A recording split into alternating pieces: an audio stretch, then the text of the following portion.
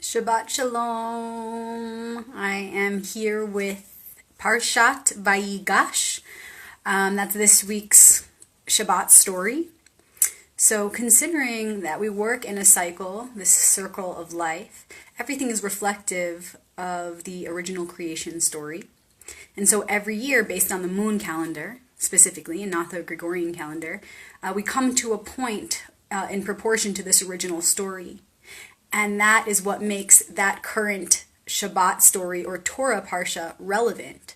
So every week when we receive the story, that story, whatever pearls of wisdom lie in that story, become the keys to open those doorways or portals portals to expand your consciousness throughout the week. So it gives you the specific theme for the week, and no doubt you can find that reflected in the stars and in the numbers all around you, because everything is one and everything is interconnected. So for this week, it's about Vayigash, and Vayigash is the first word of this parsha, and it also kind of summarizes the entire story. Vayigash is the Hebrew word for to come forth, okay, or to go forth. So it's the whole story is really about going forth in life. It's not necessarily saying, whether we go forth with negativity or positivity, with anger, with happiness, or with passion, or whatever. It's not, we're not that far yet. We're not explaining that yet. First, we're just focusing on that one word, Vayigash, which is repeated throughout the Torah many times. But every time it's used differently, because we go forth in life toward many different matters. How we go forth is up to us and our free will. We are constantly being called to take action. Whatever is just in there is not good enough to just be in there. Everything's in there. Everything is contained within. It's what we do with it that matters. It's about the action. It's about going forth, stepping forward up to the plate and doing something about the situation. Our free will determines how we respond to the situation. This is the gift of free will. What we want to do with that depends on us and where we're at on our spiritual path. And so for this one, for this story in particular, Vayigash, the first word is saying, and he went forth, Yehuda, went forth before Joseph. And now, this is when Joseph has already risen to power in Egypt under Pharaoh as his man to govern the project of rationing out their grain, because there were to be 7 years of famine. Now we're 2 years into this famine, into this drought, and Joseph has already been counseling this project and has been dividing the grain amongst everyone. And his brothers are in Egypt, and now they're before him. And they've brought Benjamin, their final brother, per Joseph's request. Because last week Joseph said, I will not give you any food. I will not even speak to you until you bring Benjamin to me. And at that point, they still didn't know that Joseph was their brother. He was in disguise. They hadn't seen him in years. They sold him into slavery in Egypt.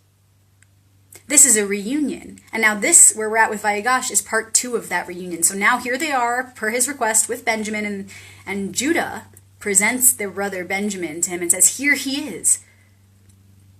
But Judah may just know that Joseph is their brother, their long-lost brother. He has this feeling, this intuitive feeling that this could be Joseph. Although he appears to be Egyptian and he appears to be this man of great power, I have a feeling that he's our brother. I just know.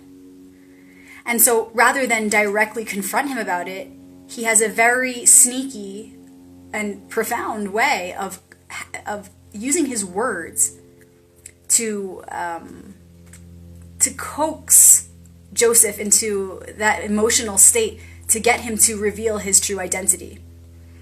So Judah says, here's our brother Benjamin, like you asked, your Lord, my Lord, and he's bowing to him, and he says over and over again, we are your humble servants, we are your servants. He's getting him to feel bad for them, okay, because he's testing him. They're really testing each other, because Joseph is testing his brothers to see, if they've changed since they sold him into slavery. Have they become good men, or are they still a bunch of jerks, like when they sold me into slavery?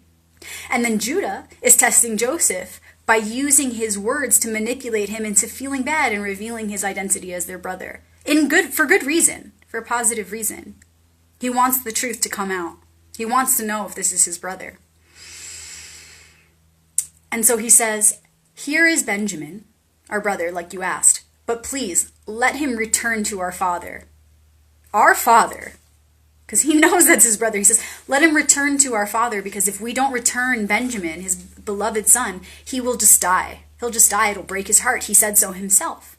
He already lost one son who died long ago. We can't let that happen again. And Joseph is like, but I'm right here. I'm not dead. And so in that moment, he does break down. And he falls for the trick for a very good reason, for the sake of their reunion. And he says, okay, and in Hebrew, he says, I am your brother. It's me, Joseph. And of course, you would think his brothers would be afraid. Oh no, he's this great man of power now, and he can punish us because we sold him into slavery many years ago. But Joseph at this point is just in such a vulnerable state. He didn't plan on revealing his identity in that moment, but he does because he's in that vulnerable state. He's overcome with emotion and love for his brothers. And he sees how Judah was going to sacrifice himself. Judah said, please don't take Benjamin. Let me stay here instead. Benjamin must return to our father or he'll just die of a broken heart. He's already lost his other favorite son. And he sees how Judah did that, and he's like, wow, my brothers really did change since they sold me into slavery. And, I am my brother. Perhaps he thought, well, we're all a reflection of each other, especially my brothers. I can see that in my family so clearly.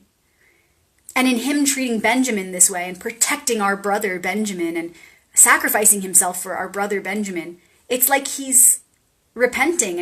And in fact, he really was. Judah was very aware of what he was doing.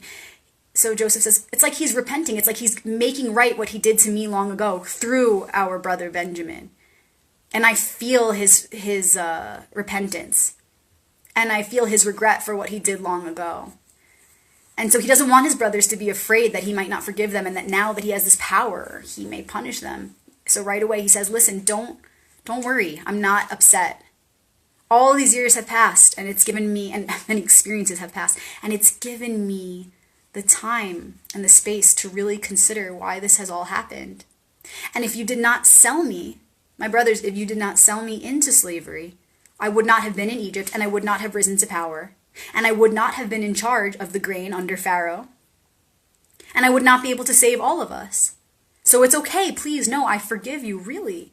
It wasn't you who sold me into slavery. It was God's plan all along so that I can, many years later, protect our family, which is the most important, which is why we're here.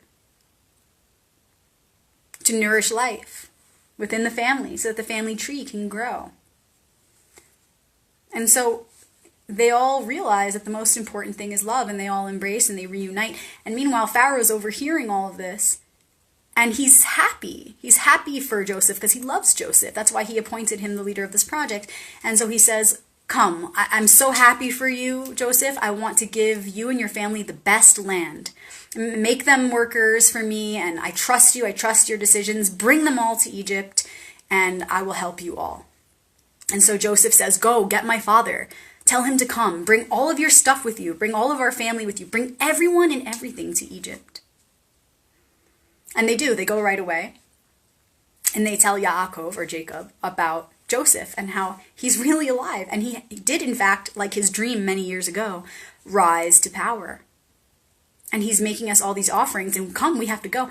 And Jacob doesn't believe him. He doesn't believe any of the brothers. He says, no way, my son cannot. He can't still be alive. He died long ago.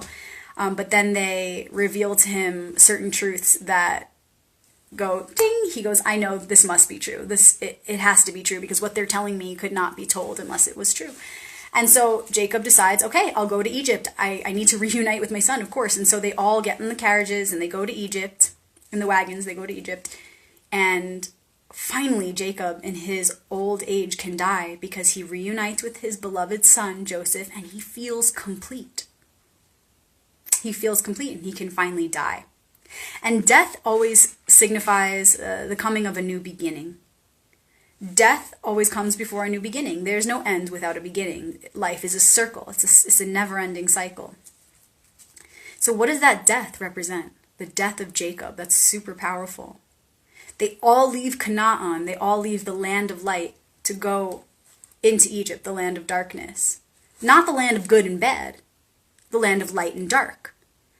One can't be without the other. So there's nothing good and bad here, but they leave the light and come into the dark, but they are the light, so they take the light with them into the dark. So it's a story of them going from Canaan into Egypt as a solution. They think, oh wow, there's still 5 more years of famine, but our brother who we've reunited with now is in a position of royalty, and he's going to help to preserve our lives. He's going to save us. And so it looks like a solution, but they don't know what's to come of the slavery. They don't know that it's only a temporary solution, soon to be another downfall. Ultimately, it doesn't matter what, we can't see so far into the future. Hindsight is 20/20. But we have to do what's right in that moment. We can't always see that far ahead. So they said, let's go to Egypt. This will solve our problems as we ride out this famine. It's the only way. And yeah, there is going to be a downfall soon after, but only to rise again. So ultimately, it doesn't matter. There's always going to be the rise and fall, rise and fall. But we have to do the best we can with what we've got. We have to do the best we can with what we've got. And this going from Canaan into Egypt is like symbolizing going into the darkness, which is also going into the subconscious mind, which I think is very relevant for this season of winter. So they're going into Egypt, going into the subconscious, and they bring all of the family and all of their things, and it's all the aspects of self because there's only one. So it's saying, in our wholeness, we went in to the subconscious. And then Yaakov, the father, the patriarch, dies, which completes a cycle. So, soon they'll have to then rise back up and come out of there. So there's, the rise and fall within the rise and fall. And there's the dark within the light and the light within the dark. And it gets ever more complex as the story unfolds throughout the Torah. We're only coming to the end of Genesis here. Yet already we see the weaving of the light and the dark and the dark and the light coming from the original point of creation, the original light. And then birthing into the two, back into the one, into the two, back into the one. So, in life, Vayigash, we have to go forward. We have to go forth. We must act. Because action is everything. There's an awesome book I can't wait to check out. A friend of mine told me about it today in a Torah study called God is a Verb. And it's so important to know that, yes, all things already are perfect and exist simultaneously as one in the spiritual realm. But we're here in this one, and we're here to act. We're here to continuously rise and fall, and to continuously, with our free will, choose to go forth and keep realigning with our highest self and keep realigning with God. We fall, and then we rise again by choice. That's why we're here. And that is the story of Vayigash. Another really interesting part of the story, very powerful, which is really only the beginning of the story that's to come next. Right at the end, they talk about how basically all of Egypt gave themselves up to Pharaoh and begged to become his slaves. This is a really important turning point in the story, where Joseph is the manager of the project of portioning out all of the grains and the food that they had for all of Egypt. And the Egyptians give all their money to Pharaoh per Joseph's request, and he says, give us your money and we will ration out the food. And they give all their money and there's still not enough food. And Joseph says, give all of your livestock to Pharaoh and then we'll give you more food. So they do. There's still not enough food. And they say, look, all we have left is our bodies and our land. Buy our land, Pharaoh, please buy our land and we'll work the land for you in exchange for food. We'll become your slaves. Like, let's face it, we have no other choice. We must be your slaves, so please, make us your slaves. They beg to be slaves. And Joseph is a part of this, so he essentially manipulates all of Egypt to give everything up to the Pharaoh and give all their power to Pharaoh. And this is how Pharaoh rises to power. So no matter how good our intentions are, all of our intentions are interwoven. It doesn't matter if, you are working for the highest and, your intentions are in alignment with the highest good. If you're working for someone, if you're working under someone who doesn't have those same intentions, you're essentially giving your power away to the Antichrist or anything not in alignment with that highest good. So we have to be really careful, because although we may have good intentions, if we give our energy to someone who doesn't, we're literally contradicting ourselves. We are creating conflicting contracts, because whoever we're giving our power to is just another reflection of the self. And we're saying, here, take all my energy and do with it what you will, which what that other self is going to do with it is something that's not at all in alignment with what you want. In fact, it's quite the opposite. So we need to make sure that despite the, seeming separation between us and another individual, if we are working together, and if we're working with someone or under someone, we need to make sure that they are as conscientious as us, and that our goals are one, that our goals are aligned, or we're feeding the devil. And so this was the beginning of the great rise in power of the Pharaoh. Thank you for tuning in to this week's Torah Parsha Vayigash. There's so much more. It goes so deep, you guys, but this has been a really fun project to explore together and share on my YouTube channel. If you're not subscribed yet, please go ahead and check it out, youtube.com/RebeccaMagic. If you subscribe, you will get notifications when I post videos, which is quite often. I just did a collective tarot reading yesterday, so check that out. And there is a separate playlist for all of the Torah study portions for every week if you want to check that out and kind of catch up. So thanks for tuning in. Shabbat Shalom, and I'll see you next week.